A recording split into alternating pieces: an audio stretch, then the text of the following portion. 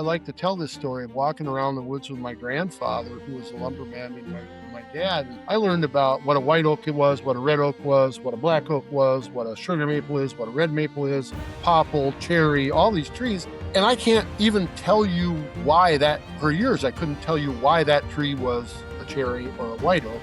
It just was. Well, one thing that I've certainly learned is that everything is a memory. It seems like everywhere I go, there's a memory there. And you also really see how you impact land and how work that you do or don't do, how it impacts it. Just give me 30 seconds of your time. First off, a huge thank you for listening because you tuning into the show week after week means the world to me. And it's proof that this dream that started way back when I was just a boy in Possum Hollow is bigger than I ever could have imagined. And secondly, we're just getting started. So if you enjoy what we do here, please join the 20% of listeners that listen to this show regularly and follow us on this app. So here's the promise I'm going to make to you. I'm going to do everything I can to make this show as good as it possibly can, even better, now and into the future. I'm going to deliver the guests that you want to listen to. I'm going to continue telling stories and compilations about hunting, fishing, rivers, mountains, and all of the other things that you enjoy about this show. Listen, from the bottom of my heart, I thank you for listening to this show because without you, none of the things that we're doing at Walker School of the Wild would be possible. Thank you.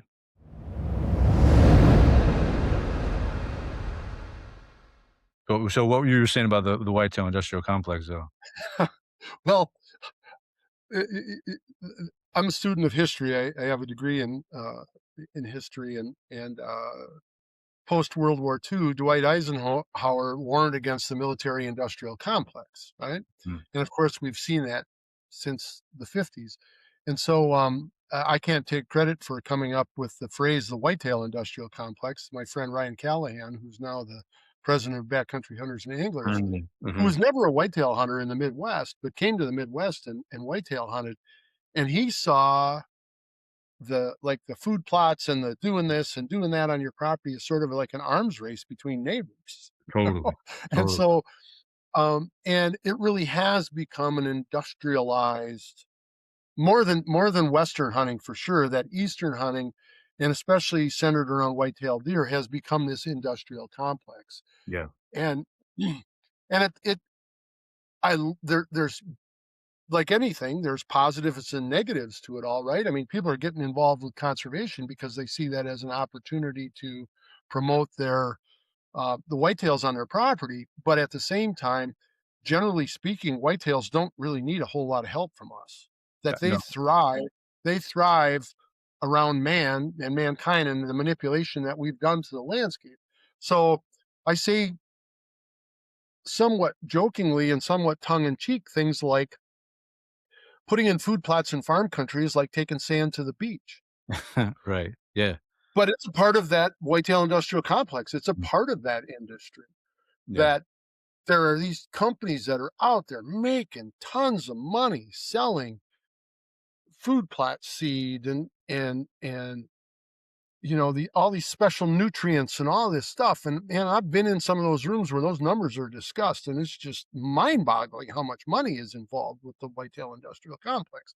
And Yeah. then if you're going to kill big giant bucks on your property, you got to follow my program. And there's all these whitetail gurus and all of that too. And I just think a lot of that has kind of sucked the joy out of hunting as I knew it when I was growing up. I'm 67 years old. I started whitetail hunting in 1972, and Mhm. and getting a deer was a big deal. And in those days, you got a buck tag, and it was for any antlerless deer. Mhm. And then you had to have four people, and this is in Wisconsin, had to apply to apply together, send in, fill it all out ahead of time on paper, send it in with a check, and you might get a party tag. That was something that was drawn, and that would allow one antlerless deer between four hunters. Right. Now, in my county, it's exactly the opposite. You get a buck Mhm. tag, and you can have pretty much unlimited antlerless tags. Yeah. That's coming to an end, but that's a whole nother part of the discussion about chronic wasting disease and the effect on the population and all of that. Yeah, yeah. Um, so we're backing off on that a little bit. Um, but thematically, that's one of the things that I, um, uh, see the good and the bad of is that, um, I'm in the or was in, still am a little bit in the land management, business, and I do consulting work, and people are interested in what they can do to improve whitetail habitat on their property. And what I generally talk to them about is improving the habitat for all the members of the ecosystem, as Leopold would talk about, right? Right. A thing is right. Leopold said a thing is right if it tends to preserve the beauty, integrity, and stability of the biotic community, and it Mhm. is wrong if it tends otherwise. All the S- parts, saving all the parts, right? The first rule of tinkering is to save all the parts. Yeah. Yeah, Yeah. yeah. So Yeah. that's the kind of stuff that's in my mind as opposed to I'm hyper focused on whitetail deer. I grew up in Ohio, right? I grew up in the Midwest. I grew up right on the border of Ohio and Kentucky in this little place called Possum Hollow. And I grew up hunting, for squirrels and quail, and quail don't exist there anymore, by the way, but like Yeah, same. they're not there. But I grew up hunting squirrels and turkey and deer. And people hunted deer for sure. People hunted whitetail, but we still have it. We have 50 acres. It's not very big, but like most of the surrounding neighbors didn't hunt, and so like I had permission to hunt on all of these guys, surrounding neighbors, and they didn't hunt, and I could pretty much had a few hundred acres that I could hunt on when I was a kid. And you're right, like it was the prize of when I was a kid, the prize was like, oh, like I got a doe tag, like I can shoot a doe, I can shoot an antlerless deer. That was kind of like a big deal back when I was a kid. And now you're right, it's switched. And I've noticed I didn't I took a number of years away from hunting, and especially a number of years away from hunting in Ohio, Mm. um, for various reasons of my own like personal life journey, but um when I went back there, I don't know, like 5, 6 years ago or whatever, and started whitetail hunting again, I noticed all of my neighbors have food plots. All of my neighbors have these huge, like air conditioned and heated blinds. And and then not only one, but they'll have like 4, 5, 6 around these fields and on these trails. And I'm like, this is a different ball game than when I was a kid. Like, you go to the Whitetail Industrial Complex, that's what it feels like, and it does feel like an arms race, and, like, these guys got food plot over here, these guys got a food plot over here, like, it feels like you're almost competing with your neighbor if you're gonna play that game and put in a food plot and do the things, but the thing that I love actually the most about that is something that you just said, which is when you're quoting out of Leopold, which is I've spent the past actually most of my adult life trying to um, revitalize that land because it's just been degraded largely with honeysuckle, multiflora rose, and a lot of invasive species, and like all of Huh. the ash borer trees have gone through that. Like it's just it's and so I live in California, but I go back there often, multiple times a year to clear honeysuckle, to burn, to plant native plants, and I really wish I could do it more because it's just an absolute full-time job. So, part of the reason, and I know we're, kinda going off script here a little bit, but, like, part of the reason I wanted to have you on this podcast, it speaks to something you said before I hit record, which was that, like, you are a man who spends a lot of time in one place. And I think there's so much value in when you do spend a lot of time in one place. Like, you know, uh, myself, I'm in partly in the Eastern Sierra. Sometimes I'm on the coast, sometimes in Ohio, sometimes I'm in Idaho. Like I'm moving around a lot, whether it's to hunt or to fish or to work or whatever. Like I'm moving around a fair bit. But when I am at my place in Possum Hollow, Doug, like I s I just totally see the value in being in one place, paying very close attention to, you can watch this tree grow, this sapling grow up over in from a little baby to an actual tree, and this blade of grass, like, every part of your land, I would imagine. Yeah, that's a really good, comment. And, one of the benefits of being 67 years old, which is what I am, is that I too have lived in different parts of the country. I taught in New Hampshire for a number of years and lived in the mountains out there. And I didn't deer hunt out there at all because there were so Mm, few of them. But it was another perspective, right? I worked for a reforestation company for a while, and I planted pine trees and whatnot in the southern United States, and lived in Door County, which is the thumb of Wisconsin, and I had a naturalization and restoration company up there. But all the time, this land in southwestern Wisconsin's driftless area that was in my family, has been in my family for 105 years, 120 years, I should say, yeah. um, has always been this draw, you know.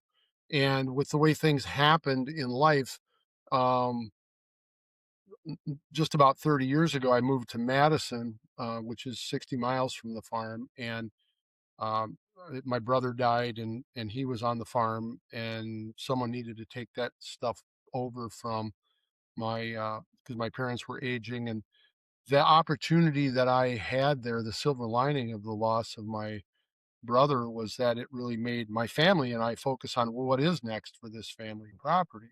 Mm, And because of the work that I had been doing, even though I was a high school teacher, I was a history teacher, I did work on the land in the national forest in New Hampshire and the national forests and paper company land in the south, in Door County, naturalization and restoration in a whole different part of the state. And I learned a lot about, and I also have an earth science degree, so that has something to do with it. But I learned a lot about about what's appropriate in a particular place, and mhm, then returning to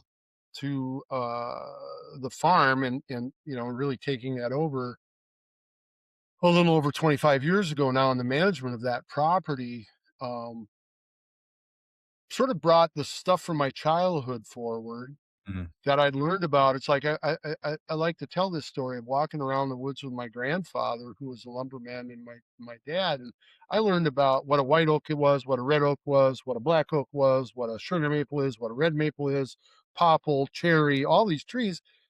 And I can't even tell you why that, or for years I couldn't tell you why that tree was a cherry or a white oak.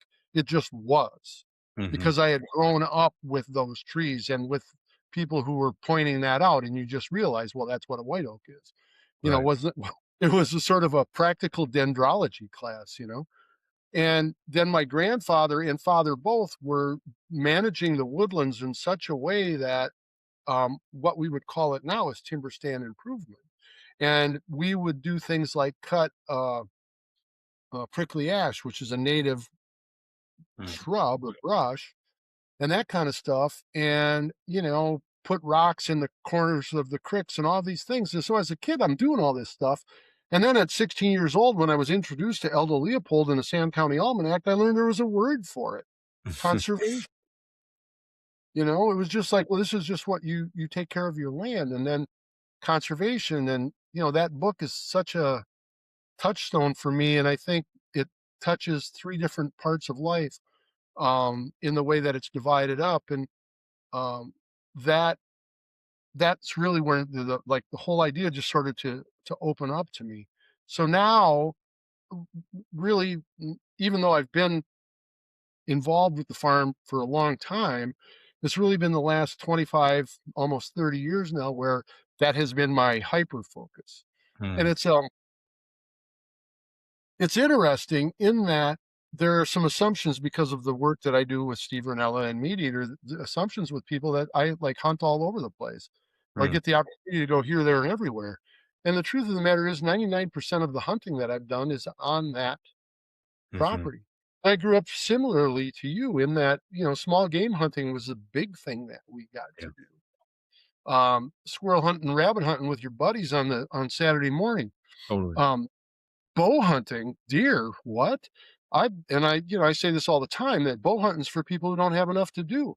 We didn't, um, we didn't get to bow hunt when we were kids because it was during the time of the year when you're finishing the crops Right, right. to get ready for the winter and all of that. And then the third week in November, when deer season started, that was kind of our reward for getting our work done. Mhm, mhm, Um, but all of the other work that you're doing in the fields and in the woods and, learning about all this different stuff, you do learn a property like that, and we have 430 acres intimately.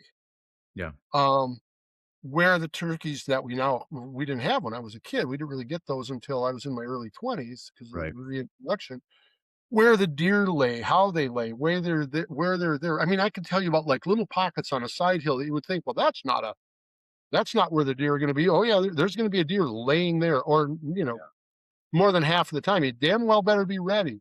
I mean, if that's what you're interested in, where's the ramp patch? Where do you find the morels? All of that, and I mean, it's sort of that I know a lot of that stuff. But the cool thing about what I'm doing with my work with sharing the land and bringing other people out, that suddenly I'm also getting the opportunity to see it through other people's eyes Mhm.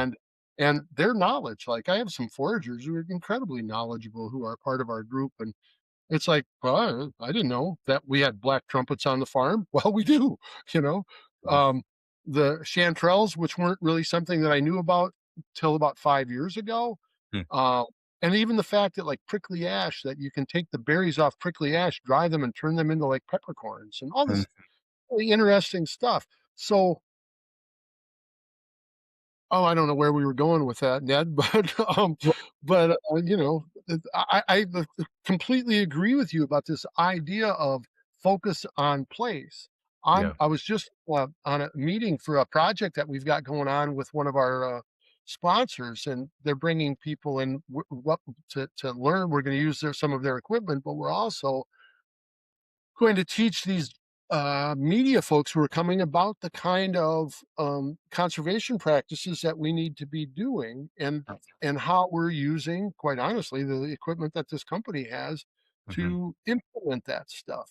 And so it's kind of good for everybody, but it's a wider view of land than whitetail habitat. Yeah. Yeah.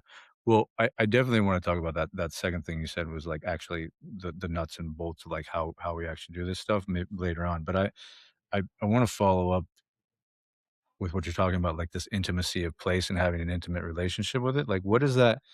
I don't know if you can tell me what that has taught you about yourself, about, the relationships, about, like, anything, like, what has having an intimate relationship with place taught you?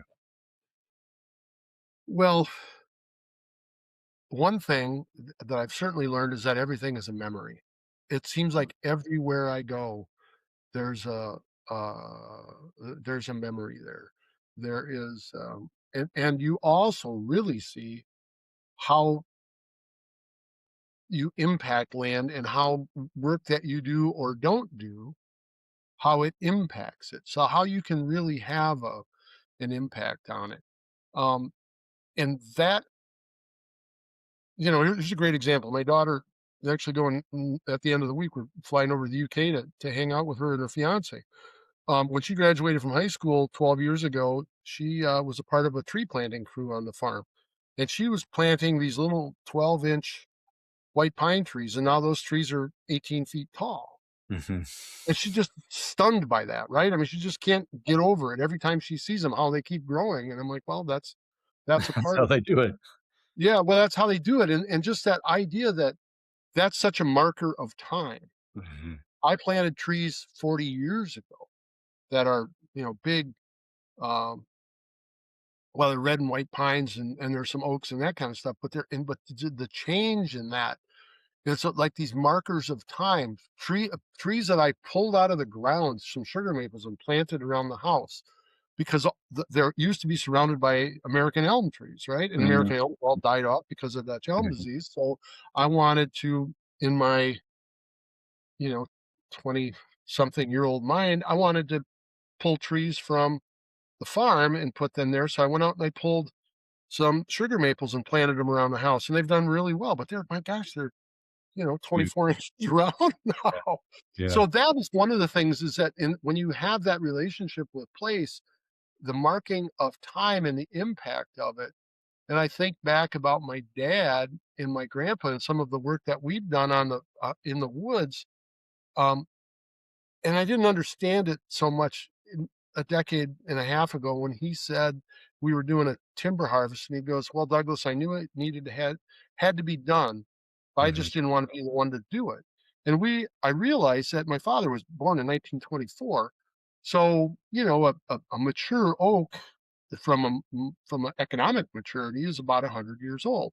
Mhm. Well, the trees that he had grown up with in that woods that were, 10 and 12-inch saplings were now at their economic maturity, and literally some of them were older than that and needed to be removed. He just had grown up with those Mhm. trees. Mhm. So in Yeah. order to but that's what it is too, like forest management is you might get once in a generation a real harvest off a piece of property. So the marking of time, the awareness of how the land changes. One of the things that I've really learned also is the impact of wildlife on the land. Mm. Whitetail being the obvious one, right? Mhm. Um, and that we were talking about you were talking about how you go to your land and manage invasive species. Well, I have to do that too, but when I was a kid, as you get to say when you get older, um, we didn't have a lot of white-tailed deer.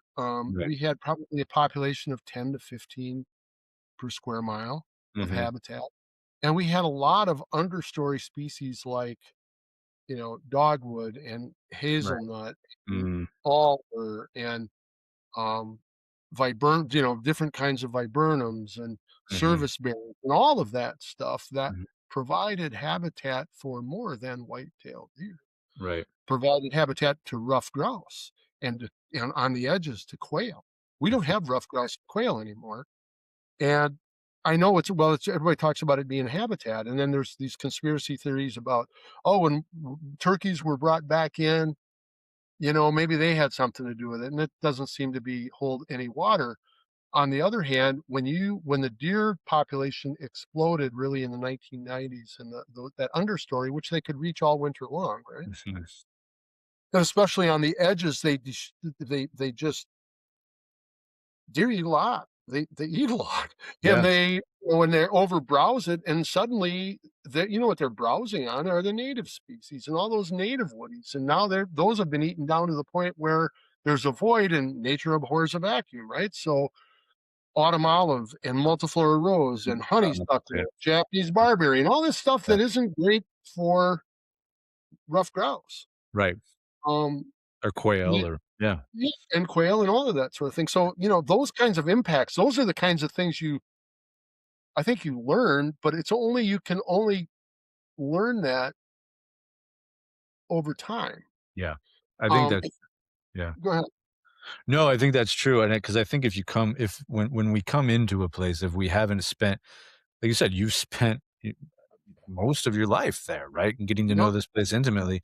And if you don't have that kind of intimate relationship with it, and when we come into a place and we see it for the first time, to our eyes and to our memory, I think there's a word for it. I'm not remembering it, but that's what we think of as like that's what should be there. That's nature. That's the ecology, right? yep, When in reality, as you said, like there's probably been um, any number of events, be they from fire or natural disasters, or more than likely human interventions that have changed the landscape and changed the ecology of that place.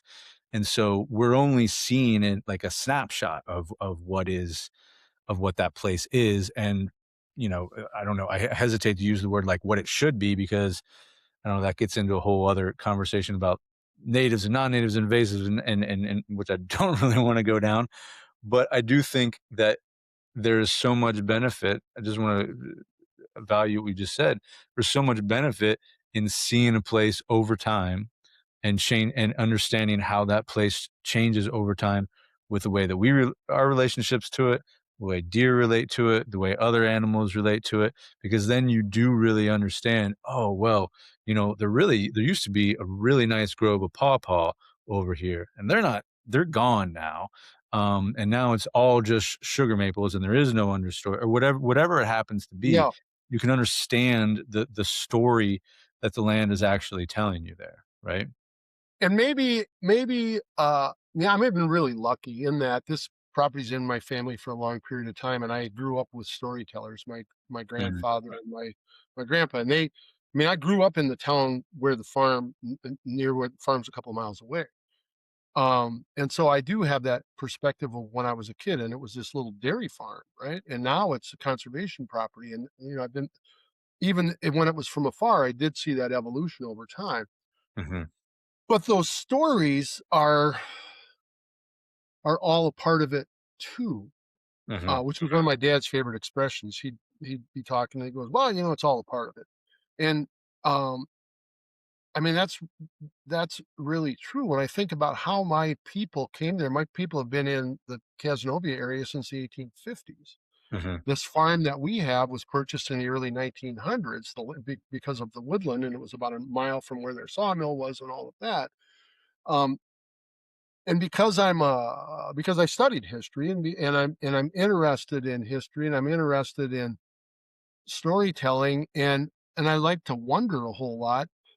Um, that's helped me, kind of understand where we are on a continuum, and also being 67 years old.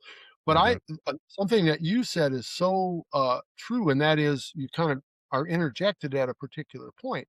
But if you are someone who's interested in uh, land history, you can look at what is the impact of.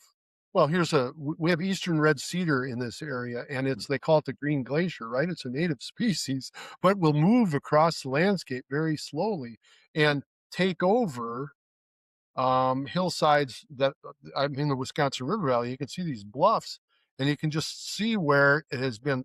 Like there's some land that the Nature Conservancy owns, and they went in and they took all that cedar out, and just by doing that, suddenly all these goat prairies reappeared. mm, mhm, They didn't have to seed it down or anything. They cut that stuff down, they burned it, and all of a sudden these goat prairies appear, and it's pretty remarkable when you see that. But at some point, you're also interjecting into no matter what like I'm doing a savanna restoration right now, and the question considered and been asked is, well, when was it a savanna?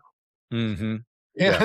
And as opposed to something that filled in with woods. Well, it's that whole idea that the only thing that is a constant is change, right? And certainly nature abhors a vacuum and it's all of that. And I've watched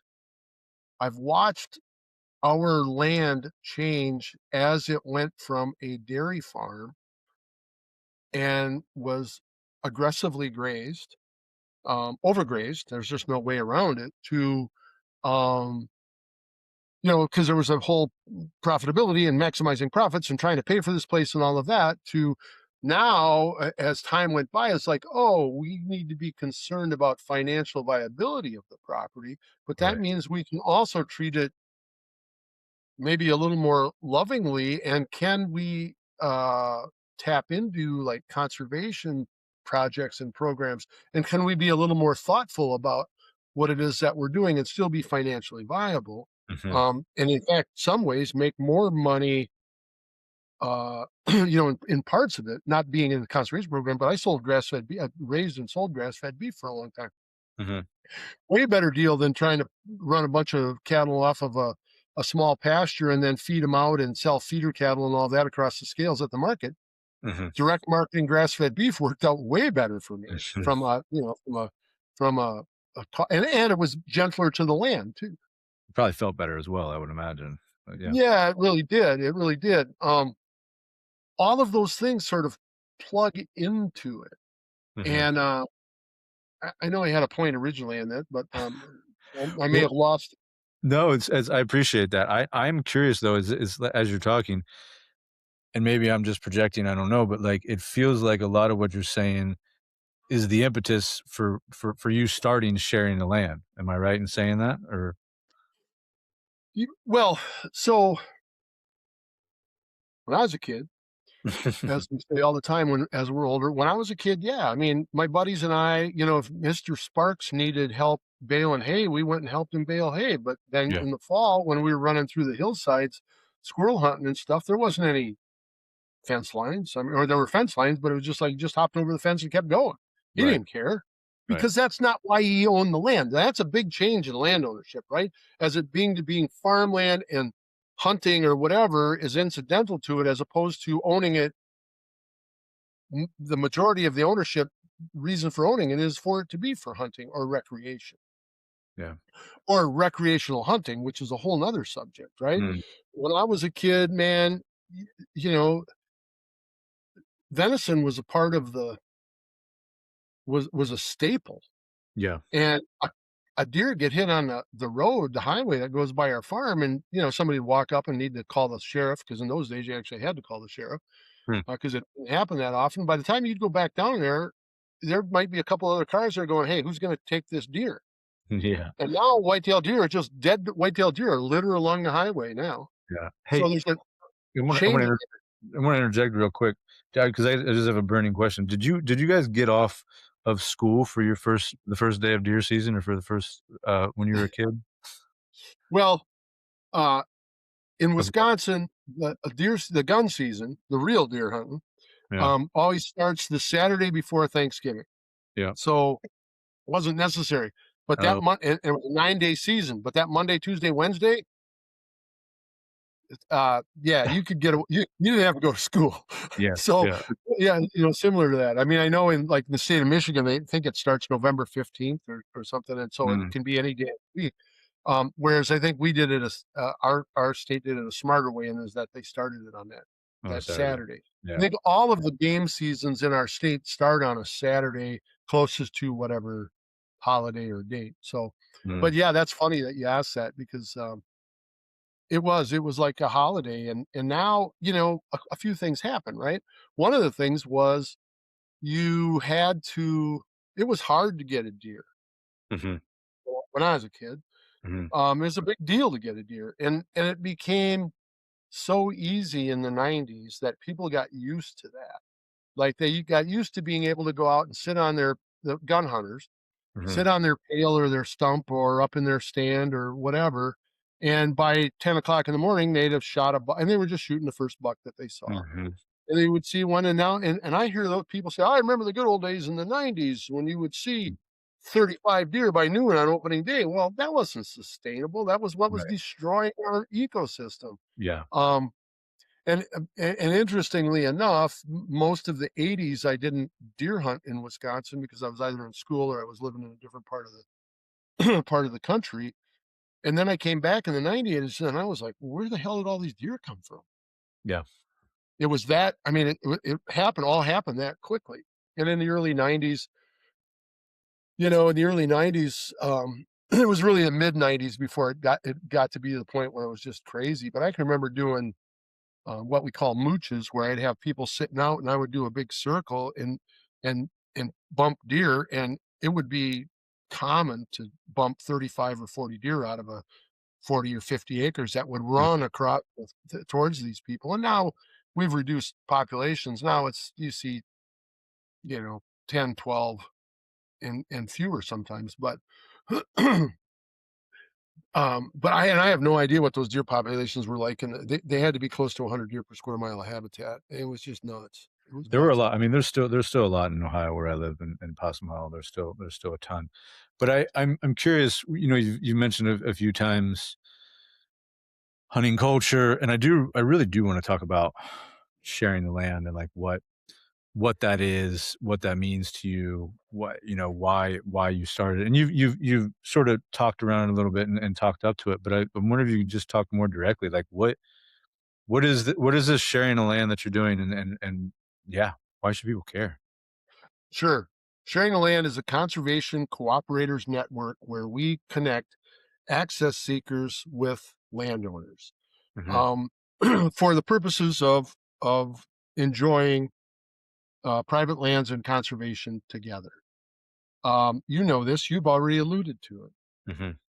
Owning a piece of property is a lot of work. I have and have had landowners as clients who would buy 40, 80, 120 acres out in our area, and some of them would literally sell that property within a few years, because they're like, "Man, every weekend I come out here and I Mhm. want to hang out and just relax, but all I see is work." Yeah.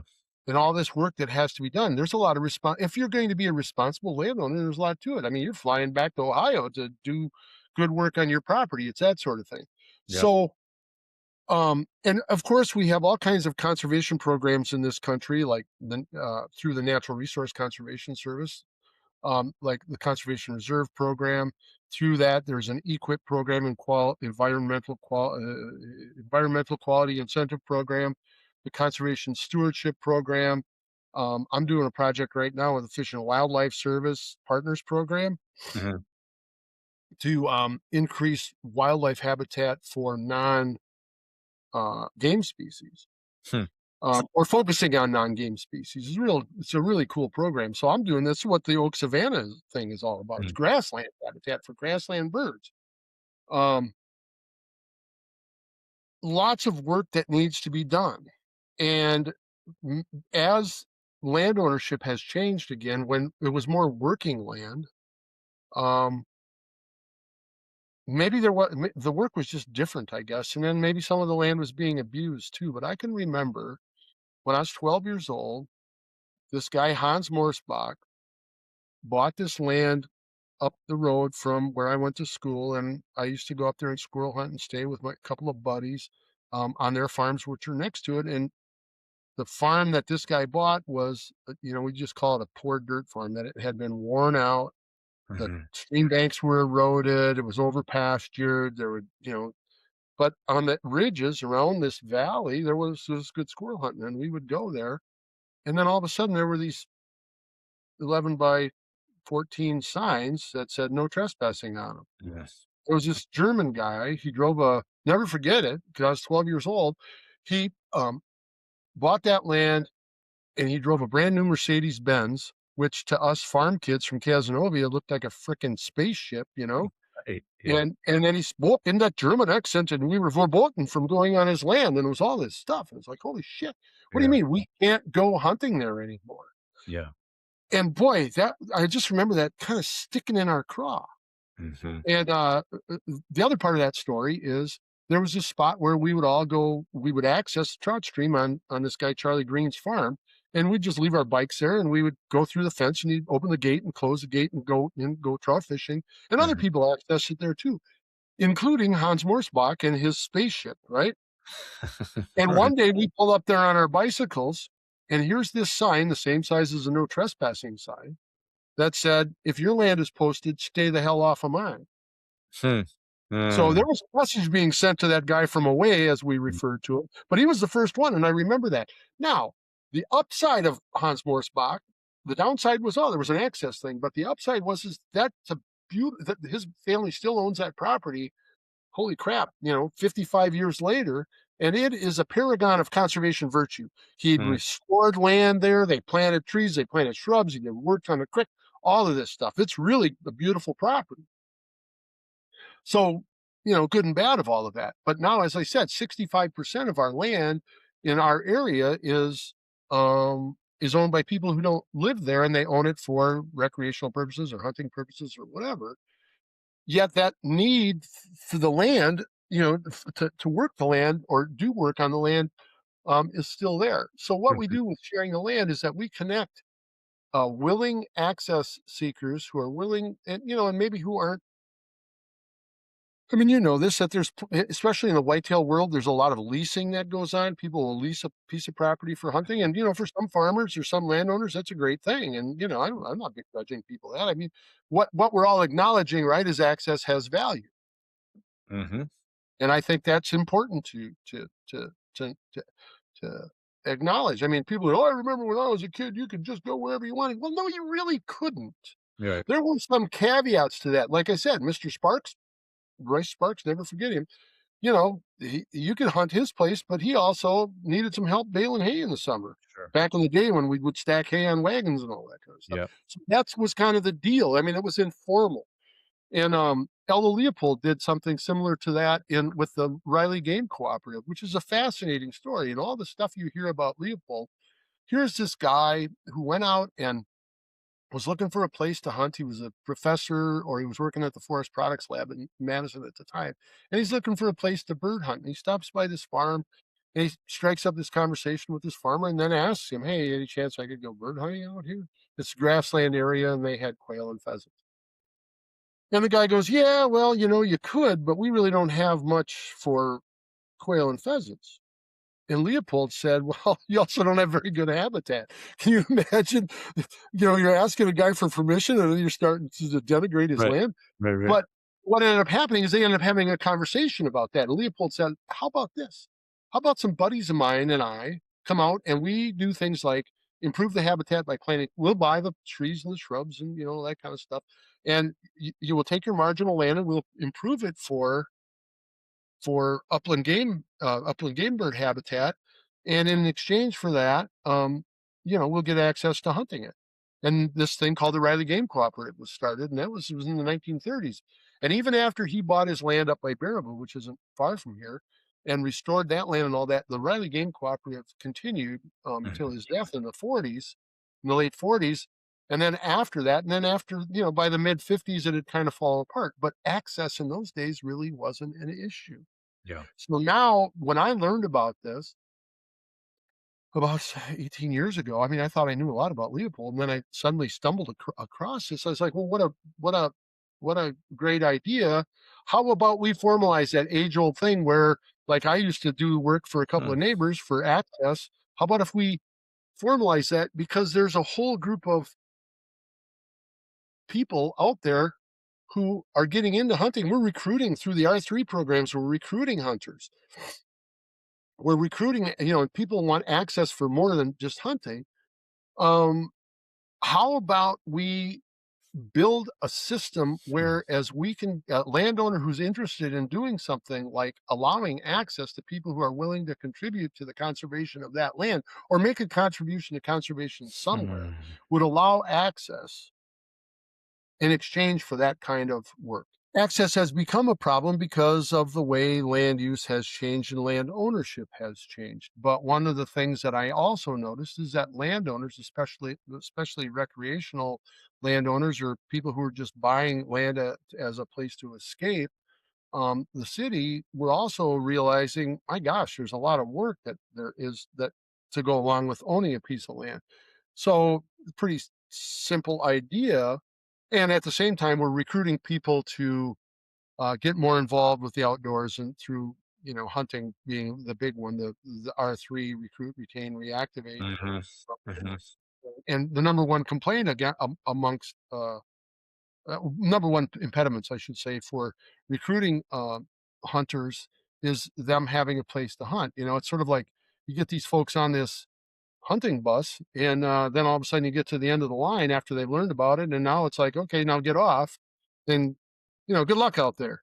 And Good luck. so Yeah. my concern is that that there was this focus on uh, hunting and buying stuff, because it's Pittman Robertson money that's a part of it, Sure. buying the gear and getting all involved with it that way. And I mean, I'm not running down the R3 programs because I do think they're highly valuable, and that many of them are doing a very good job of showing those folks that they're recruiting the bigger conservation picture, right? Sure.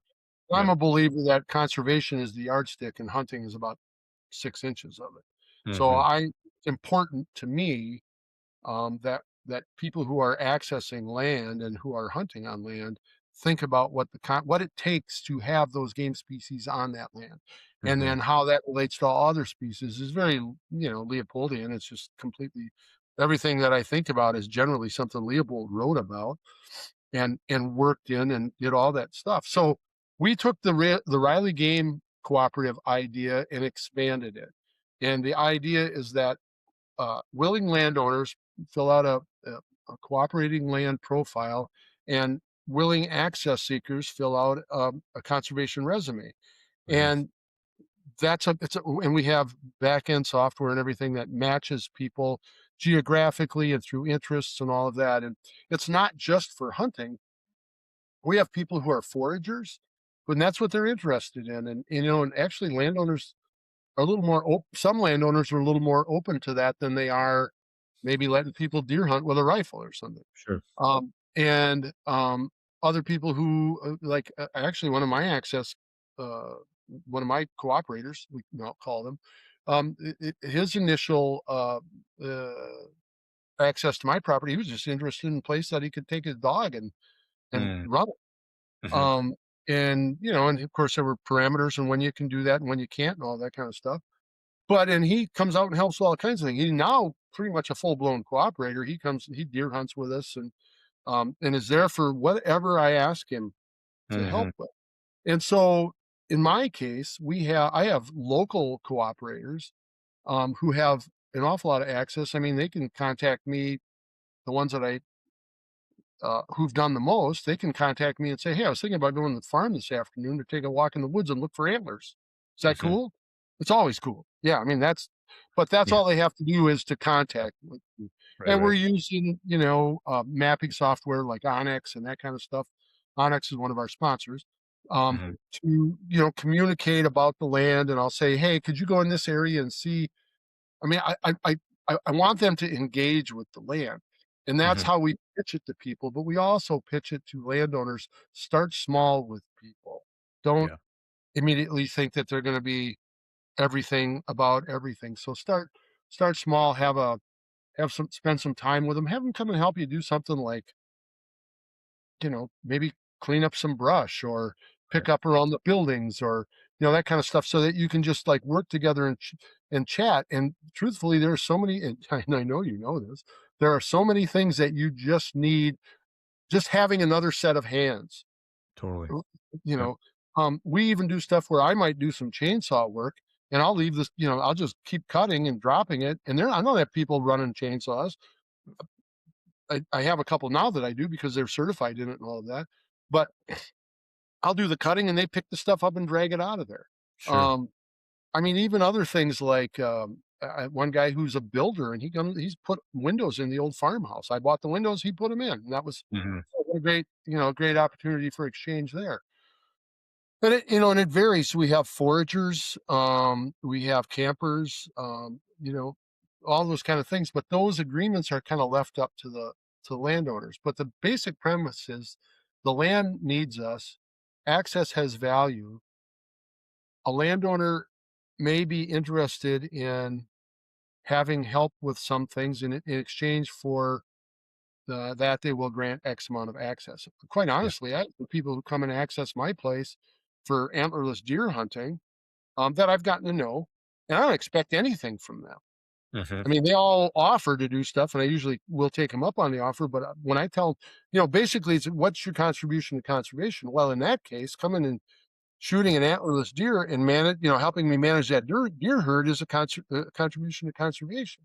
For sure. So we're trying to provide opportunity, and it's kind of an and right to things like the voluntary public access program that's funded by the Farm Bill, or the walk-in programs that are also a part of that in the different states, or the block management land in Montana that there's folks out there doing great work with those landowners. Yeah. But this is an and because there are landowners, and I'm one of them, who are like, yeah, I'm not going to just open my land up to the general public, just not going to do it. And Right. somebody knocking on my door or sending me a letter in the mail, that's not the kind of thing that I'm particularly interested in. Now, No. if I get a real compelling letter, I'll take a look at it and go, okay, that might be. And then my usual response, and I get a lot of stuff, a lot of requests through social media. Mhm. And what I'll end up telling him, I mean, hundreds. This isn't Really? like So a few. people to hunt your land?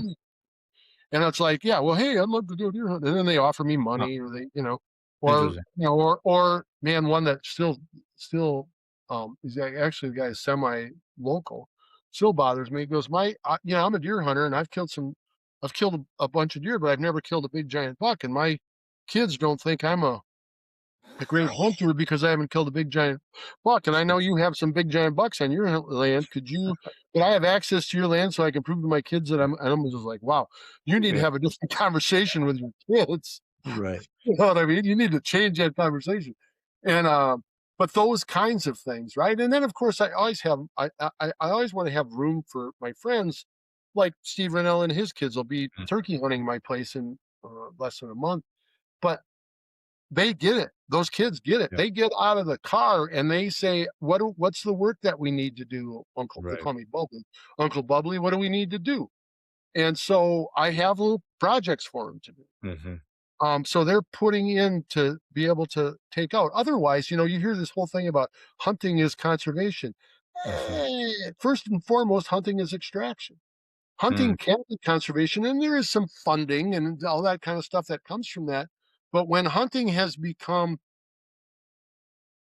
first and foremost recreational, Mhm.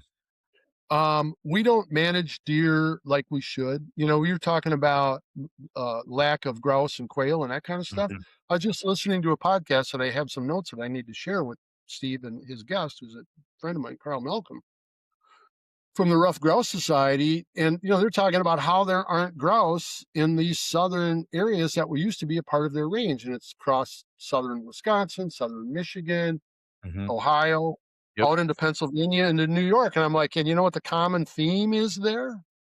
Too many white-tailed deer who have destroyed the understory, His habitat, and but but the habitat's completely changed. And yes, there's some other factors involved, and it's always going to come, no matter what it is, it's always going to come down to habitat. But you can't.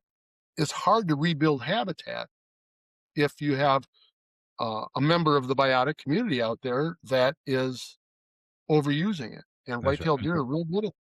Overpopulated and overabundance. Can I want I think a lot of my listeners know, but I was hoping you could break down a little bit more because what you're talking about the problems with the North American model of conservation. We've talked about it on this podcast before, but like, what can you explain what the North American model of conservation is to maybe for people outside of hunting culture, and also, and maybe it's a two-part question, which I'm really good at, but um, also, what do you think are some of the flaws in it? What do you think are some of the issues with it? Because I love it personally, and I also think that it's not perfect, and I think there's things that could change. So I'm curious on your take on that. Okay, the North American model of wildlife conservation is this idea that there are these pillars that conservation is built on, and it's really just a collection of ideas, of legislation. The North American model sounds like it's the Bible or something, and it's just not, right? Mhm. It's really something that was was summarized by Valerius Geist and Shane Mahoney, and it's really more about the attitude about conservation. I've always found it interesting that um, things like the elimination of market hunting is a part of it, right? And so market hunting because uh, was eliminated because birds were being for their feathers were being wiped out. The passenger pigeon was wiped out. Buffalo were wiped out, all but wiped out. So the extirpation of species was a part of it. Well, who was doing that? Hunters were doing that. Right.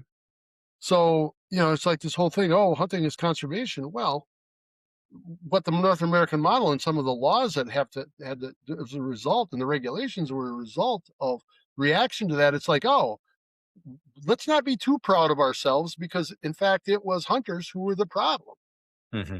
It wasn't um like oh, it was this issue over here that was a problem and we addressed that as hunters. No, we were addressing the issue that we were in fact we created ourselves.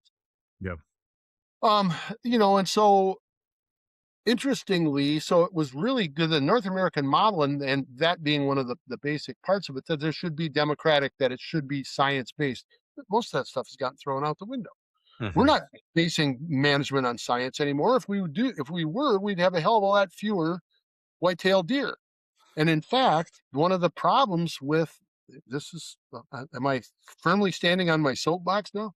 One of the problems with the North American model is that it was really good at restoring species, Hmm. big game species like white-tailed deer, but it hasn't done a very good job of restoring species like grouse or quail or that sort of thing because it Yeah. wasn't habitat based.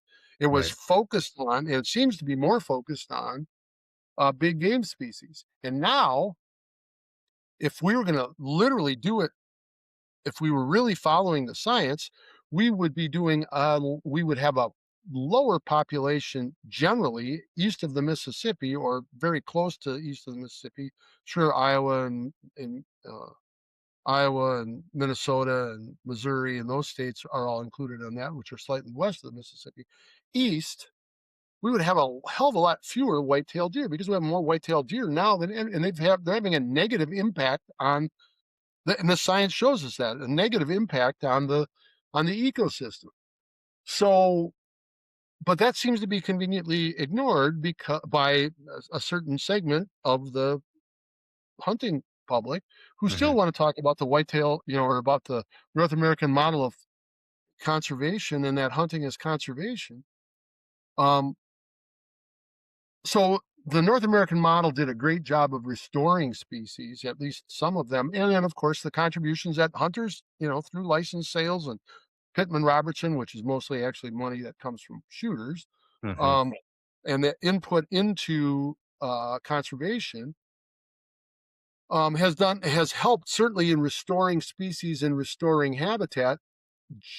Although there's plenty of other stuff like Forest Service programs and conservation programs through the Farm Bill, none of which is funded by hunters. I mean, you can start to look at those things and it's like, well, wait a minute, there's a lot more money that's funding conservation that's not coming from hunters. But the North American model kind of includes all that. Now, what's happened is rather than it being a balance of species, it's become recreational hunting.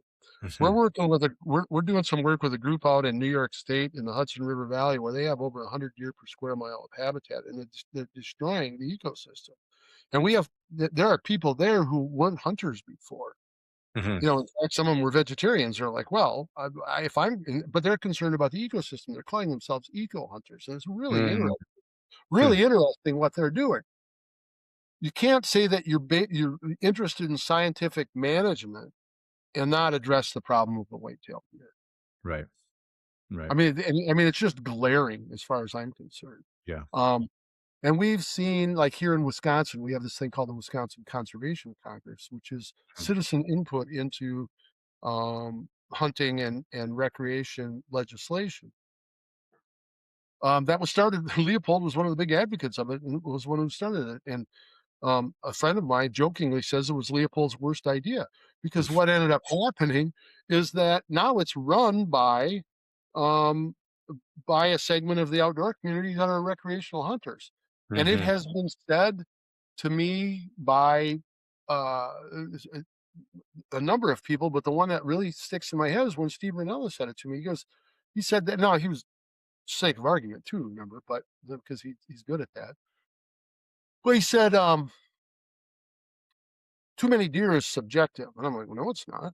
So he goes, well, what's it based on? And I'm like, well, and before I could even answer it, the other guest, Carl Malcolm, stepped in and said, the effect on the ecosystem. Well, and his comment was there can never be too many deer for hunters, and I don't disagree with that. But that's not conservation. That's not wildlife conservation. So that's one of the big problems of the North American model, and it definitely needs some tweaking. And I'm here to tell you that one of the things that I think should be considered in these high population areas, because we're trying to manage more deer with a diminishing number of hunters in the east. Is that there really should be consideration giving to the sale of venison. Think about this. We are, and I mean, it's going to have to be controlled and regulated and all of that, but we're really good at regulating now, right? Well, you can't sell wildlife. Well, yeah, sure we can. You can sell antlers, you can sell the heads, you can sell the hides. We're trapping. The trappers are continuing to sell hides. There's certainly commercial fisheries and all that, and it's all owned by the people too. I mean, I understand people are concerned about that being a slippery slope, but man, here's what happened in Wisconsin. We had a great deer management program. It was called Earn a Buck, where in order to get a buck tag and to reduce deer populations, you were required to shoot a doe before you could then shoot a buck. So you had to shoot a doe and register it and get the thing, and it was all set up so you could shoot a doe in the fall of 2025 to have your buck tag for 2026. And if you shot two, you'd get two. It was all that sort of stuff, and it worked. It was highly effective. Hunters stopped it, Mm. Hmm. and Interesting. what we had then was this big, and it was 12 years ago, and it was stopped by legislation. It was supported by the science and the Department of Natural Resources, but it was not supported by at least a big enough group of hunters that that was very noisy and loud. That Mhm. politically everything got changed. Ernebuck was taken away. Extended gun seasons were taken away, and Mm. I know we manage deer with guns. We don't manage them with bows. We No. just Yeah. don't kill. Yeah.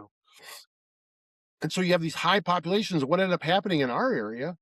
Um, 22 years ago, 23 years ago, CWD was identified, chronic wasting disease was identified, and there was a highly effective management plan was put in place. There were some mistakes, don't get me wrong, and as science does, you need to adjust the science as things happen. And they Mhm. tried to do that, but there was such an outcry from hunters. But eventually it was changed so that Ernebuck was outlawed, these extended seasons were outlawed, and the population exploded again. And now, 12 years later, that population exploded in these high prevalence areas of CWD, and now we're seeing the opposite effect, that the population is going down, not because we're killing more deer, it's because the disease is killing them. The Yeah. Yeah, well, so how do we fix it, man? I mean, I hear you selling venison. I hear that, and then I also hear at the same time that there's a slippery slope with that, obviously, with the history of the market hunting and all of that. But I also there's parts of me that thinks that that could be a good idea because of the things that it could do. But what are some of the other like? How do we fix some of these problems? Because selling the venison that does fix some of the problems with maybe overpopulation of white-tailed deer, but it doesn't fix the problem of science focusing on game species as opposed to habitat, right? Which to me is like one of the larger issues if you're talking about North American model conservation. How do we address that? That seems to be a bigger issue to me. Well, I think that it is addressed more fully than maybe you're giving it credit for. Okay. The programs, the conservation programs that I'm involved with, there's the federal program, as you're aware of, the Conservation Mhm, Reserve Program. That's mhm, really not focused on wildlife. I'm sorry, game species at all. Game species benefit from it, but it's really um, focusing on habitat for a wider group of members of the biotic community. mhm, And if you're willing to do the work of, and you're encouraged to do this work of having a more diverse um, ecosystem in that on that CRP, you're going to end up with way more bird species, um, other pollinator species, and that sort of stuff. mhm, The conservation reserve program. So, and you can put in native plants or native prairies, grasses, and forbs, and then the CSP program also encourages the planting of other things like pollinator habitat. I put in mhm. 5 acres of pollinator habitat on my property, Right. and just removing some of that land from production. It's no longer being sprayed with herbicides, pesticides, and fungicides. It's encouraging a more diverse wildlife population and pollinators and birds and all of that. But it's also then increasing or decreasing erosion, increasing water quality, increasing air quality, all of those things. So it's Mhm. and politicians love to hear this, man. It's multiple benefits from Sure. $1 spent, right? We have a program, and then the U.S. Fish and Wildlife Service program.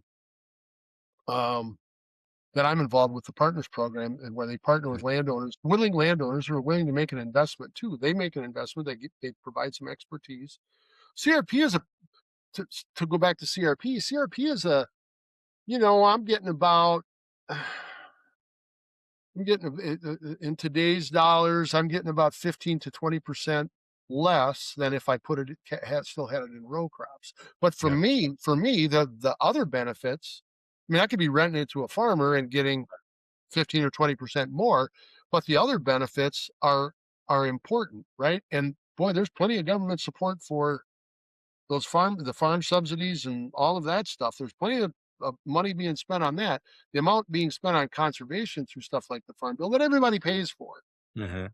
Everybody pays for it. It's coming from general revenue dollars. It's not coming from Pittman Robertson or Right. hunting license fees or any of that kind of stuff. Um, that uh, those, I mean, that's addressing the wider conservation issues. That's why I'm so into it. Mhm.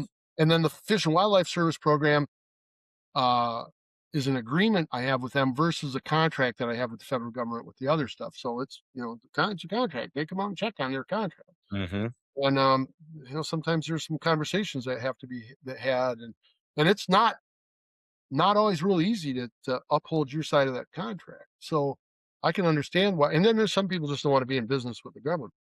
Oh, Um, absolutely, especially if you're talking well, about I don't, yeah, for sure. yeah, I don't begrudge people that, but I do Mhm. begrudge if they're abusing their land. Right. I've had a couple of landowners that I've worked with who have said, "Look, man," and they're very, very well to do. "I'm not interested in the program." Mhm. Well, but I was like, "You bought land that's in the programs. So now it's tied to the title, and okay, well, we'll either buy it out or we'll let it run out." And so that's how I analyzed it.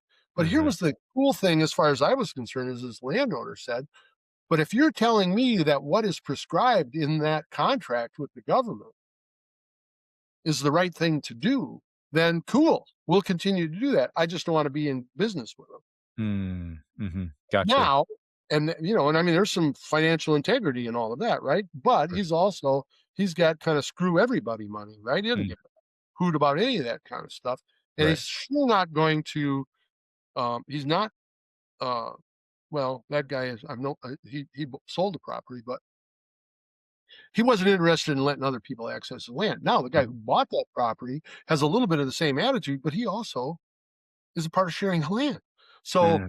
and he's also donating venison to food pantries and all of that, which is another alternative, right? Sure. But the problem with that is that we've seen is that most recreational hunter landowners are like, yeah, taking a couple of does, sure, we'll donate those, or I'll have a couple people come out and take a couple of does. When what they in fact need to do is take 15 or 20. Sure.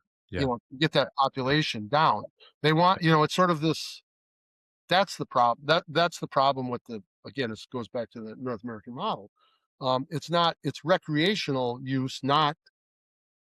It's recreational focus. Landowners that can be problematic with that versus a sustainable farmer who's adding venison and whatnot as a part of his as a part of their family fare and their friends Yeah. fare and all of that. Yeah. Where Yeah. and a landowner, and then of course, I mean, what are people doing when they lease land, right? They're paying for venison. They're Right. paying for an opportunity. So that's legal. Right. Well, okay. I And mean, I hear and you. I Yeah. do it. I mean, don't get me Sure. wrong, man. I do. I actually lease my farm to 4 bow hunters. It's a very nice arrangement for them. It's a very nice Mhm. arrangement for us. The day after those guys leave, my cooperators get the bow hunt place. Yeah. So you Yeah. can kind of, with sharing the land, you can kind of, yeah, we're going to do, it's like an a la carte menu, right? And as long as you have agreeable people, which I do, Mhm. um, we're able to, we're able to balance a lot of different things, all with my focus of conservation and my conservation mantra. It's not ours, it's just our turn. I'm trying to Right. set this place up, not just for my immediate gratification. In fact, my immediate gratification is about, oh my gosh, this is going to be so cool when it's for the future, as Right. opposed to, I gotta kill a big giant buck. Well, I've killed some big giant bucks, and Yeah. it's Yeah. you What's do it a couple times, it's a yeah, different thing. I feel you. It's for me, the gratification comes from seeing seeing the trees grow up that I planted, or seeing like an area where I've completely removed honeysuckle and having it come back to native plants. That's and then seeing what that might be like in 10, 15, 20, 30, 40 years, long after I'm gone. That's for me, that's definitely more the gratification of it. Um, and I think it's really, I mean, it's one of the reasons why I really like what you're doing with sharing the land, because it does speak to, like, all your, I mean, like, really you're just making visible what was invisible, like, when you were a kid and when I was a kid, because like I said, Yeah. I grew up in a very similar thing where I'd cut tobacco and I'd be able to duck hunt on the creek behind Well, the yeah, yeah, yeah. tobacco with, or Man, I'd man, you need some work. oh, listen, man, putting up tobacco was some of the hardest work that I ever did as a kid, Yeah, for yeah, sure. Yeah, or riding horses for people or, baled tons of hay. So it's in but when I did that, it wasn't to be able to hunt on their property. That wasn't my intention, but it did become a relationship to where if I asked them, "Hey, can I come on your property?" It they didn't give it a second thought because they already knew me. right. They already knew that I was giving back and doing things for them, and so then it just became second nature to them, right? And so what you're doing here is making that relationship just visible, and I really love it. And then, personally, it's like we've talked about my property in Ohio, and I'm not there most of the time, and my parents are there, and they're older, and they have horses still, and they need lots of help on the land. And I will tell you, I'm curious because it has been a journey for me to talk with them about, like, look, just get somebody to help you put up, and they do get people to help them put up hay, and they do get people to help them, but like make trades with them, make trades with this buddy of mine. Have him, if he wants to hunt, that's great. He can hunt when I'm not there, and but have him help you put up hay because I sure as I can't do it out here and 3,000 miles away or whatever. So Yep. have him help you put up hay, or have him clean some stalls, or have him do whatever, and in trade for, he wants to kill big bucks. That's great. He can kill big buck as long as he kills, as I've said to him, which he doesn't really like, which is an interesting thing, as long as he also kills some does, because Yeah.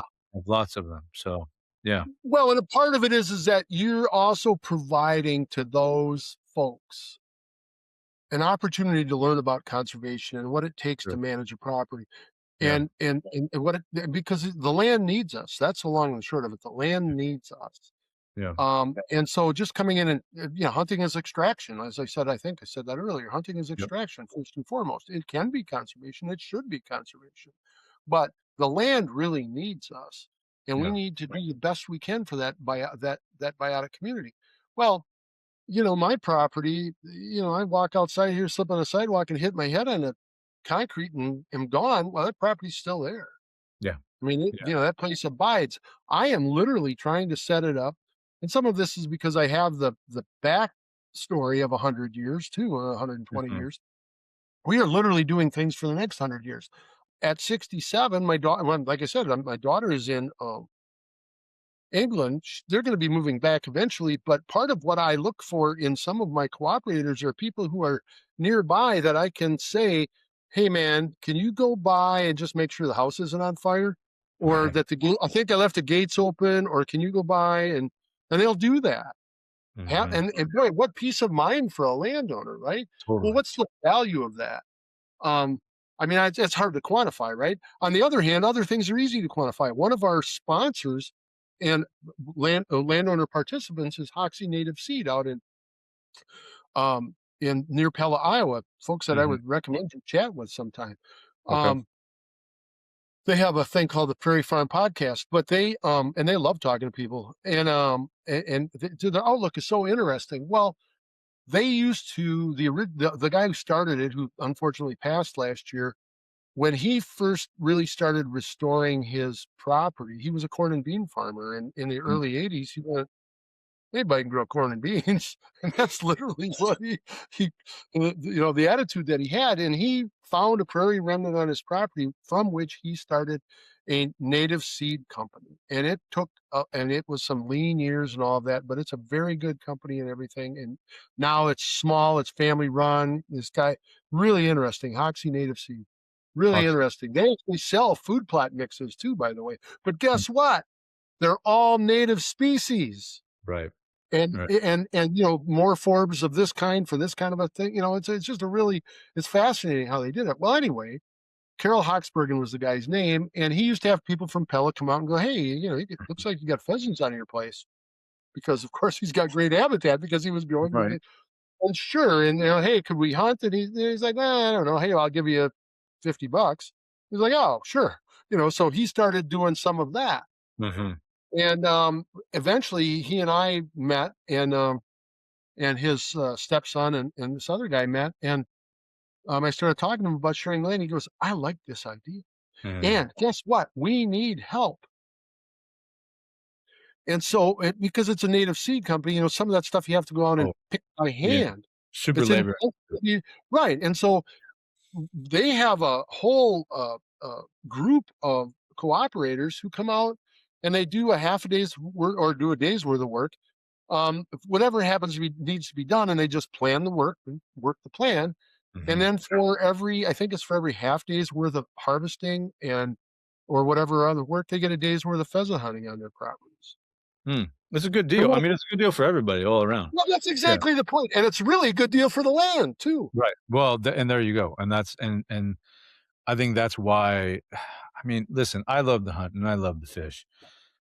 At the end of the day, though, like, to me, what matters is the land. That's I mean, that is what makes me I mean, listen, I've talked about this podcast and I have a whole book coming out about it, but, like, that Oh, is yeah. actually what, like, has made me who I am is the are the rivers, are the land, like, the little as you said, like, the little dip in on this bench where the deer might lay, right? Like, or the little, hole where I know, like, there's gonna be morels coming up there in a couple of weeks Yeah. if the wind hits it just right, you know? And, like, but uh, those are the things that, like, actually I really, really love. And yes, I love to eat venison, I love to eat bear, I love to eat these things that I hunt, and I like the relationship that I have with them, but at the end of the day, it really comes down to my relationship with the land. That's why I'm in this. I mean, it's actually why I'm talking to you, and it's why I'm doing, like, so many of the things that I'm doing is that's it.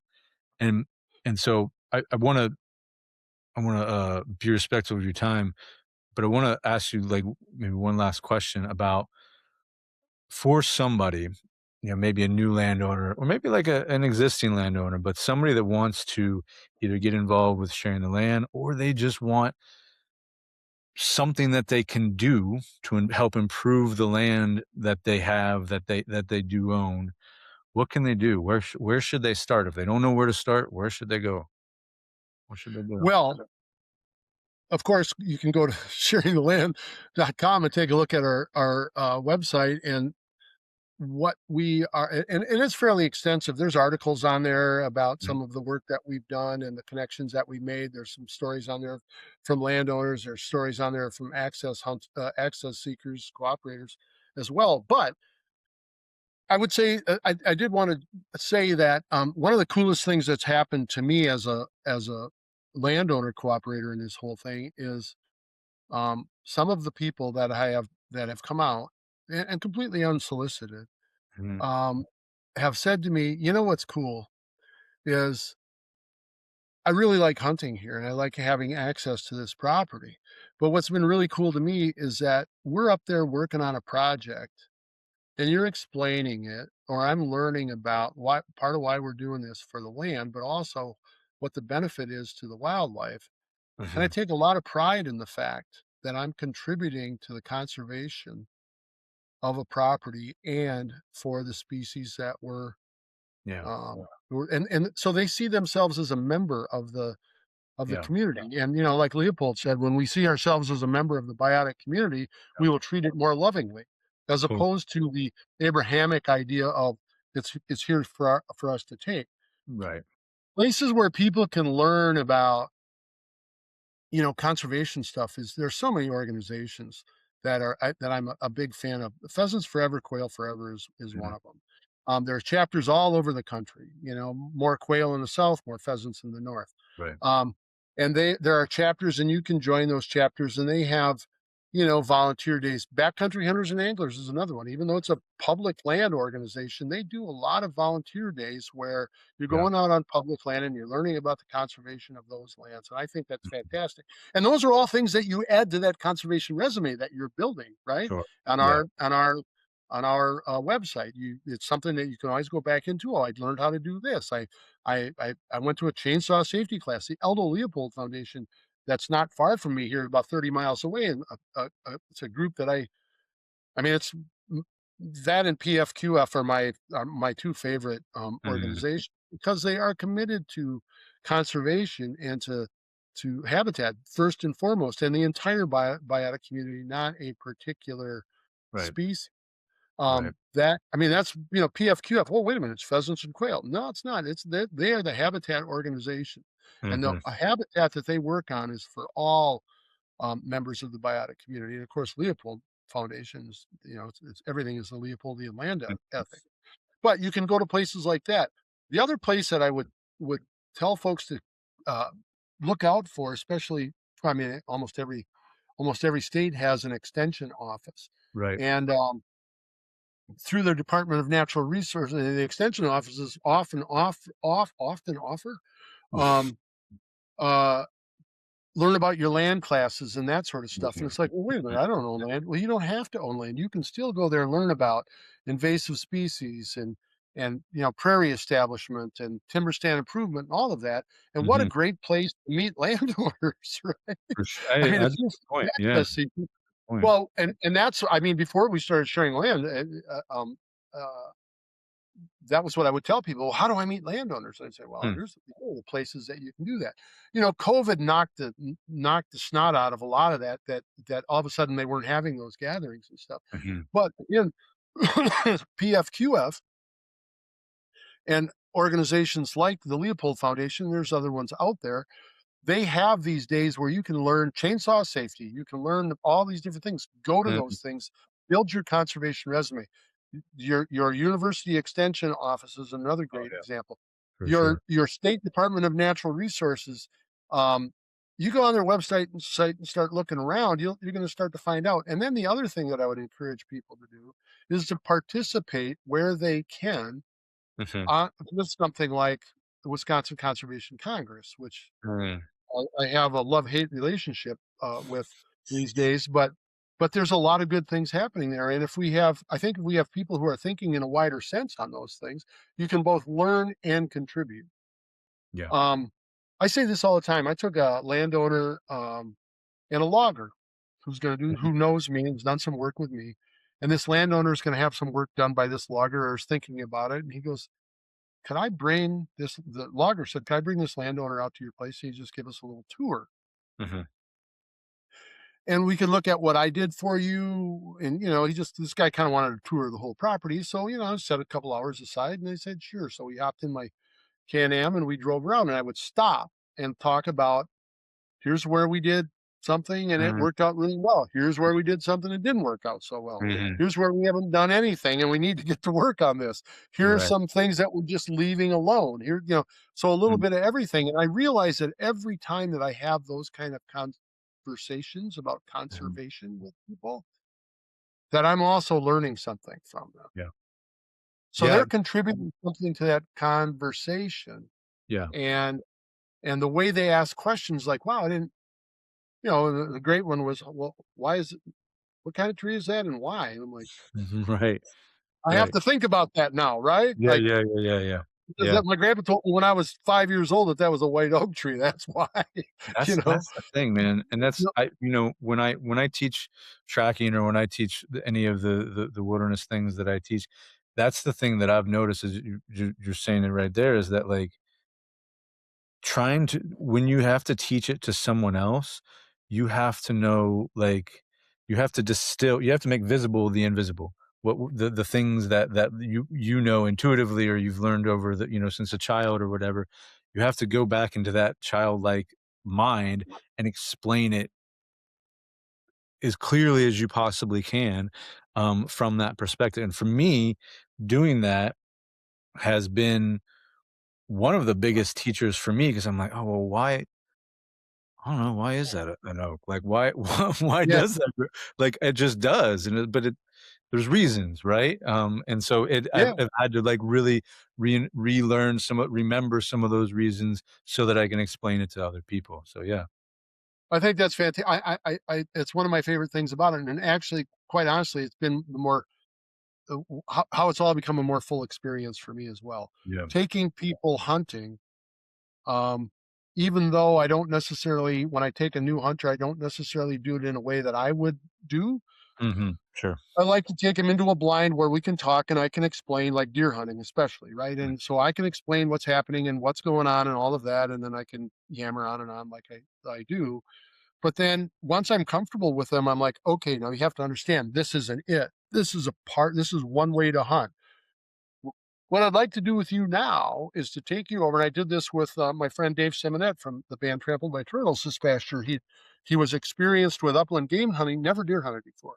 We Mhm. spent the day in the blind, didn't get a deer. And towards the end of the day, I said, here's what I'd like to think about for you tomorrow. I'd like to take you over here on the way back to the Mhm. cabin. I'll put you in this chunk of woods so you can go there tomorrow morning and sit there and have it because I trusted him. You know, he's a Mhm. safe hunter and all that. And by gosh, he shot a nice little buck over there. And he had that experience of sitting there quietly. And I said, and you have a quadrant of the woods here Mhm. that, and again, the beauty of something like Onyx, you can look at it and go, okay, I can't go, but he got down and he started moving around in the woods a little bit. He did all that kind of stuff. So because man, when you're hunting, having me sitting there telling you what the experience is very different than experiencing it yourself. Totally. So you Totally. have to put them in that position to be able to do it, and do it safely and do it within the context of where you're hunting. But then Yeah. you also have to just kind of Yep. set them Absolutely. free, you know? Absolutely. Yep. And I You gotta. love providing those kinds of experiences, and not just for my buddy Dave, or Steve and his kids. I take all kinds of folks out and do that kind of stuff with them. It's Yeah, fun. man. Yeah, yeah, no, that's where it's at, is like is watching them get into their predator moment and actually get into the landscape, get into the ecology, and like become in relationship with it. That's what I love to see. And you're right, you can't tell. You can tell somebody until you're blue in the face what that is and what to do, but like they can't do it and they don't know what it is until they actually do it themselves. And what you see them have that moment of focus. Right, exactly. And that's, I mean, it's like predator mode, which Yep. isn't as easy for me to do as much because I still like, I watch so much. But now because I have a dog again who's sleeping over here next to me, and I'm like rediscovering upland game hunting Mm, and doing mhm. things again. So, I'm constantly trying um, to find those things that I'm more. I don't. I'm personally not very interested in whitetail deer hunting anymore. Yeah, That's why I take people. yeah, yeah. I love turkey hunting. I'll never get tired of turkey Right. hunting. If you told me the only hunting I could do was turkey hunting, I'd say okay, that's a deal. It is Um, different. Yeah, for sure. yeah, I mean, it's so much fun. Yeah, But the upland game hunting with a dog is such a blast, and it's just so much that relationship and all of those things are important. So, how do we, as experienced hunters, how do we, and land managers and landowners and people who've interacted with biotic community, how do we continue to grow? How do we continue to um, share that with other people? And how do we do all we can to make sure that the future is assured. It's not ours, it's just our turn, right? yeah, Doug, that's it, man. That's the question, and I think you're doing it, man. You're one of some people that are doing it, and I appreciate you, and I appreciate the work that you're doing. So keep doing it, man. Keep doing it. Well, man, I've really enjoyed talking with you about it, and I'm looking forward to catching more of your podcasts. Like I said, I spent a little time listening, enough that I'm like, okay, I know what I'm getting myself into. I'm interested in talking with this cat. Um, Right on, man. and you know, you find yourself in Southwest Wisconsin, let's get together. Absolutely, Doug. Absolutely, yeah, and likewise. You're ever in the Eastern Sierra, I'm your man. If you want to get on some bear, we can go, or just trout fish. We got Yeah. trout out here like in the driftless too. So Yeah, yeah. Oh, I like trout fishing. That's the other yeah, thing that's really become more interesting to me too over time. So, um, yeah. hey, if I could, I'd just like to plug that people can find me on, that's my Instagram handle is real simple. It's at Doug Duren. Sharing the Land's Instagram handle is at Sharing the Land. And I would direct most of any comments or questions about sharing the land, all of it really, to sharingtheland.com. I do have a website also, but I'm a little less active there than I am on the sharing the land, and we have other people who are paying attention to what's going on with sharing the land. And man, I don't know what else to say. Seems like we've been going on here for a while. Yeah, man. I think you said it, and I appreciate it, Doug, and I appreciate your time. And I just encourage everybody to go out and check out sharing the land and check out the ways in which you know, you can practice some of these land-based ecologies and get to know your own land or public land. So thank you, my friend. I appreciate it.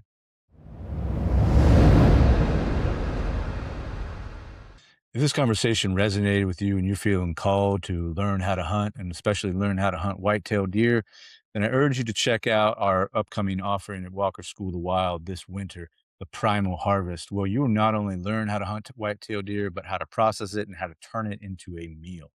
You'll be staying at our private farm in Southern Ohio in some of the finest whitetail country in the world, in fact. And you will be staying in a log cabin built in 1804. So there's history, there's culture, there's fine whitetail hunting, and there's also fine dining because you're gonna be fed by some of the best chefs in the region. So if this interests you and you want to learn how to hunt, you want to learn how to connect with yourself, and you want to learn how to do it in a mindful, conservation minded way, then connect with us over at Step Into Your Wild on Instagram or www.stepintoyourwild. Until next time, stay curious, stay connected, and stay wild.